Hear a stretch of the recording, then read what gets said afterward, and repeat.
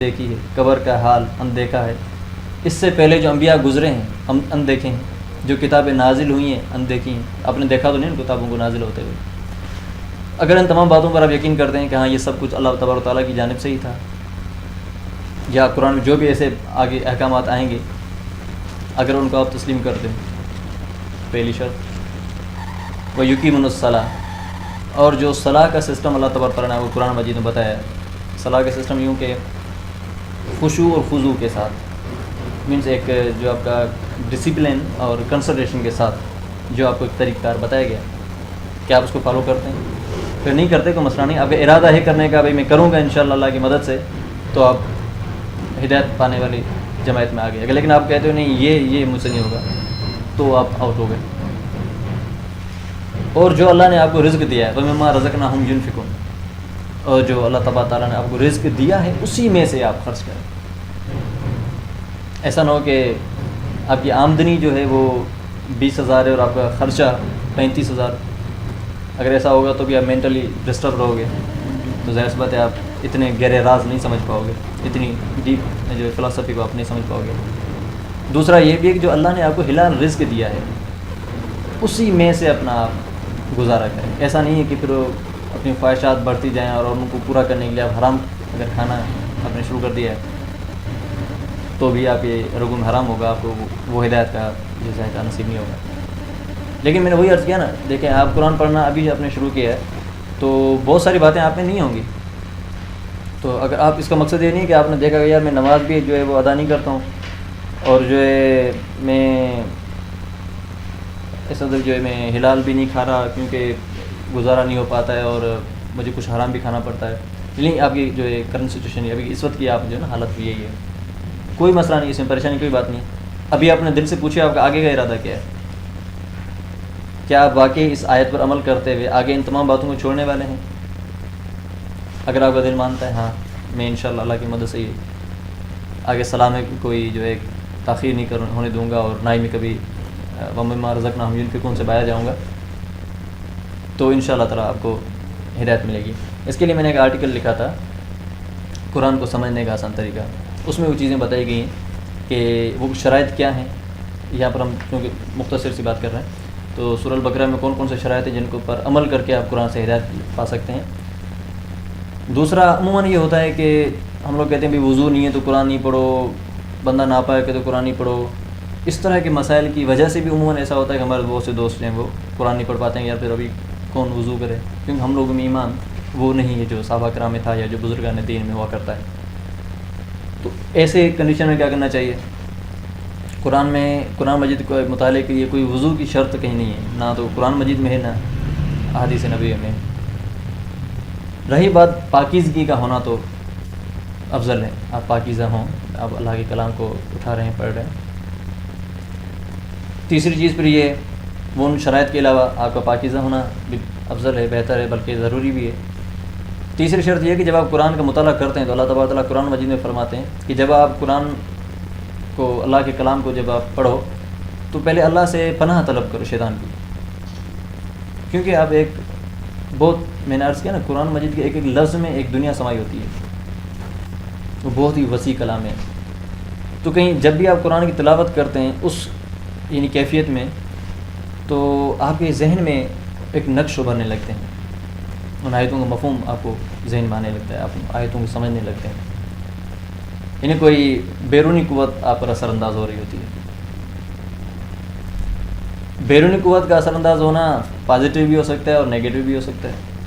وہ اللہ تعالیٰ کی طرف سے بھی ہو سکتا ہے اور شیطان کی حرام پہ بھی اس میں ہو سکتی ہے، یعنی شیطان بھی اپنا کام دکھا سکتا ہے.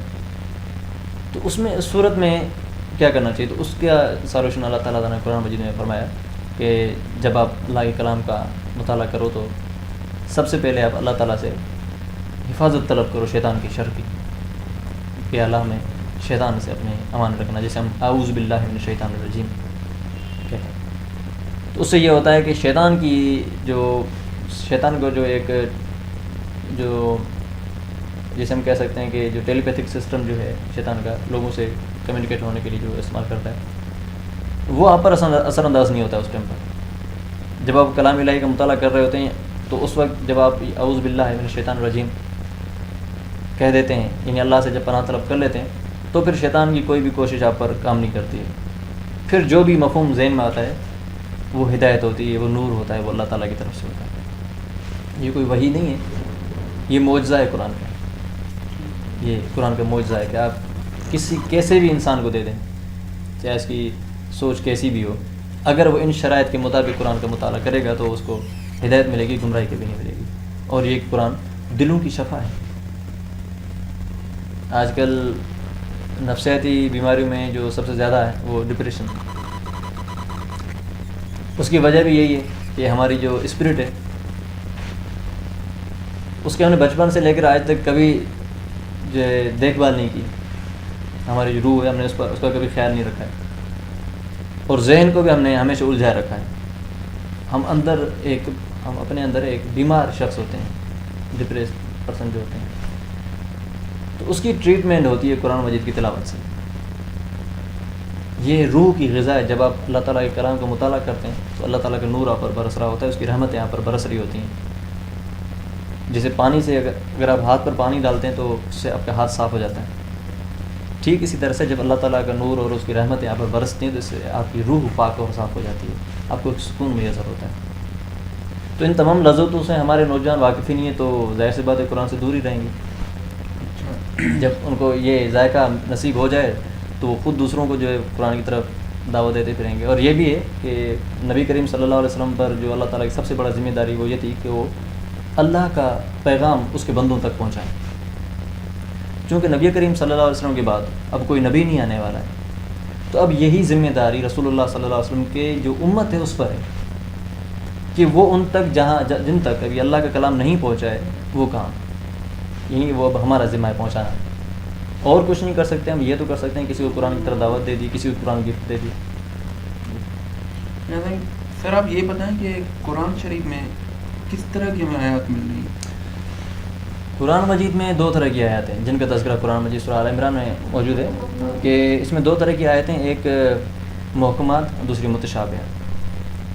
محکم آیت وہ ہوتی ہے جس میں اچھا اس کے لیے بھی میں نے اپنے آرٹیکل میں تذکرہ کیا ہے کہ متشابہات آیات سے آپ ذرا دور رہیں.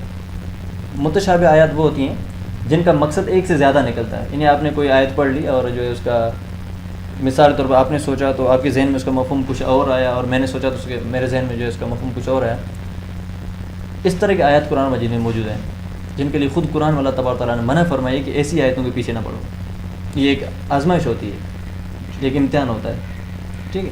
محکم آیات وہ ہوتے ہیں جن میں ایک زندگی گزارنے کا طریقہ کار موجود ہوتا ہے. آپ کو زندگی میں کیا کرنا ہے، آپ کے جو شریعہ ہے، جو قوانین ہے اسلام کی جو لا ہے اس کی تفصیل آپ کو ملتی ہے. جیسے نماز ہے، زکوٰۃ ہے، اس کا کس کو مثال کے طور پر صدقہ دینا ہے، صدقہ کتنا دینا ہے اور اس کے کیا فائدے ہیں، یہ سب محکمات میں آتے ہیں. اس طرح کی جو آیات ہیں اسے محکم قرار دیا گیا قرآن مجید کے اندر. تو ہمیں حکم یہ ہے کہ جب بھی تم قرآن کا مطالعہ کرو تو آیات محکمات پر زیادہ دھیان دو، اور جو متشابہات ہیں ان پر ایمان رکھو کہ اللہ کی جانب سے ہیں، پر ان کے پیچھے پڑھو نہیں. کیونکہ خود قرآن اللہ تعالیٰ ارشاد فرماتے ہیں کہ وہ لوگ جن کے دلوں میں بیماری ہے، یعنی کہ جو ہائپوکریٹ جو لوگ ہوتے ہیں، منافق جو لوگ ہوتے ہیں، جو دین سے سنسیئر نہیں ہوتے ہیں، اسلام سے سنسیئر نہیں ہوتے ہیں، وہ عموماً ایسا کرتے ہیں، متشابہات آیات کا استعمال کرتے ہیں. کیونکہ متشابہ آیت میں نے عرض کیا وہ ایسی ہے کہ آپ اس کا جو بھی مقصد نکالنا چاہیں نکل جاتا ہے.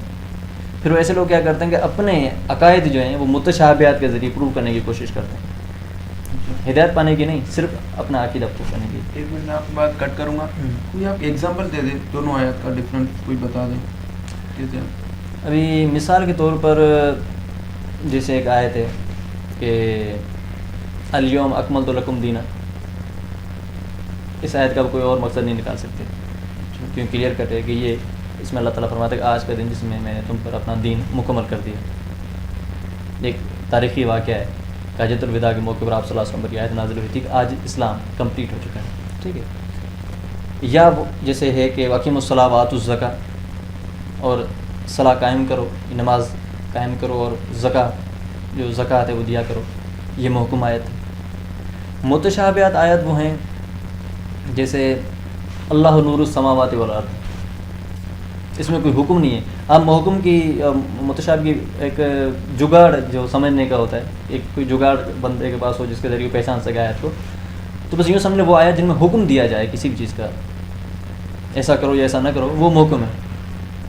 وہ آیتیں جن میں کچھ اور باتیں بتائی جا رہی ہیں، جیسے اللہ نور السماوات والارض، اللہ جو زمین و آسمان کا نور. اس کا مقصد کچھ بھی نکل سکتا ہے. میں نے کئی تفسیر دیکھے ہیں، کسی نے اس کا کچھ لکھا ہے تو کسی نے اس کو کچھ سمجھا تو وہ لکھ دیا، کسی مفسر نے اس کو کچھ سمجھا تو وہ لکھ دیا. کیونکہ یہ ایسے آیتیں ہیں جن کو آپ جہاں گھمائیں گھوم جاتی ہیں. لیکن محکم آیات جن میں کسی کام کا حکم دیا جا رہا ہے، جو قانون بتائے جا رہے ہیں، وہ تبدیل نہیں ہوتی. تو اس پوائنٹ کے تحت آپ سمجھ سکتے ہیں کہ محکم کون سی ہے اور متشابہات کون سی ہیں. سر آپ کوئی ینگ جنریشن جو آج کل قرآن شریف سے بالکل پیچھے جا رہی ہے اور اسلام سے بالکل پیچھے جا رہی ہے، جس کا کوئی بھی ایک شوق پیدا نہیں ہو رہا جیسے کہ قرآن شریف کا مطالعہ کرنے میں، تو آپ کوئی میسیج کوئی اس کے بارے میں دے دیں؟ میں چونکہ تمام دوستوں سے یہی گزارش کرتا ہوں کہ آپ اللہ کے کلام کو سمجھنے کی کوشش کریں. زیادہ نہیں، زندگی میں ایک مرتبہ. عربی نہیں سیکھ پاتے تو بھی کوئی مسئلہ نہیں، آپ اپنی زبان میں ایک مرتبہ قرآن کو پڑھ کر دیکھیں. کیونکہ جب تک آپ چوٹ نہیں کھاتے تب تک آپ کو درد کا احساس نہیں ہوتا. جب تک آپ کلام الہی کی تاثیر سے دور رہیں گے تب تک آپ اس کی لذت سے بھی غیر واقف رہیں گے. صحابہ کرام میں سے بہت سے صحابہ ایسے تھے جو شروع میں مسلمان نہیں تھے، کافر تھے، کیونکہ وہ قرآن کی تاثیر سے غیر واقف تھے. جو ہی انہوں نے قرآن سنا اس کے بعد ان کا کفر ختم ہو گیا اور وہ اسلام قبول کر لیا ان لوگوں نے اور اپنا ایک مقام بنایا. ہم لوگ جو قرآن سے دور، اس کی وجہ سے بھی ہے کہ ہمیں صرف ایک مرتبہ قرآن قریب آنا چاہیے. ایک مرتبہ اگر ہم ایمان کی حالت میں شوق سے قرآن قریب آگے تو انشاءاللہ تعالیٰ پھر یہ رشتہ ٹوٹے گا نہیں بلکہ جڑتا چلا جائے گا. تو میں دوستوں سے یہ گزارش کروں گا کہ ایک مرتبہ کسی اتوار کے دن آدھے گھنٹے کے لیے ہی صحیح، آدھے گھنٹے کے لیے آپ قرآن کو اٹھائیں. اردو اگر آپ کی اردو زبان ہے تو اردو میں ترجمہ لے لیں، سندھی زبان ہے سندھی میں لے لیں، جو بھی آپ کی مدر ٹنگ ہے اس میں قرآن سیکھ لیں. ٹرائی کے طور پر آپ ایک مرتبہ پڑھیں. اگر آپ کے دل کو سکون نہ ہو، اگر آپ کو نئی باتیں آپ کے ذہن میں نہ آئیں، اگر آپ کو اسے فائدہ محسوس نہ ہو، تو ویسے بھی آپ پہلے کون سا پڑھتے تھے. اور اگر ہو رہا ہے تو انشاءاللہ تعالیٰ آپ اس کو جاری رکھیں گے. میں دوستوں یہی کہوں گا ایک مرتبہ ٹرائی کر کے دیکھیں اللہ کے کلام کو. خود نہیں، جو اگر تھوڑا بہت خود پڑھ پاتے ہو خود پڑھیں اور دوسروں کو بھی دعوت دیں.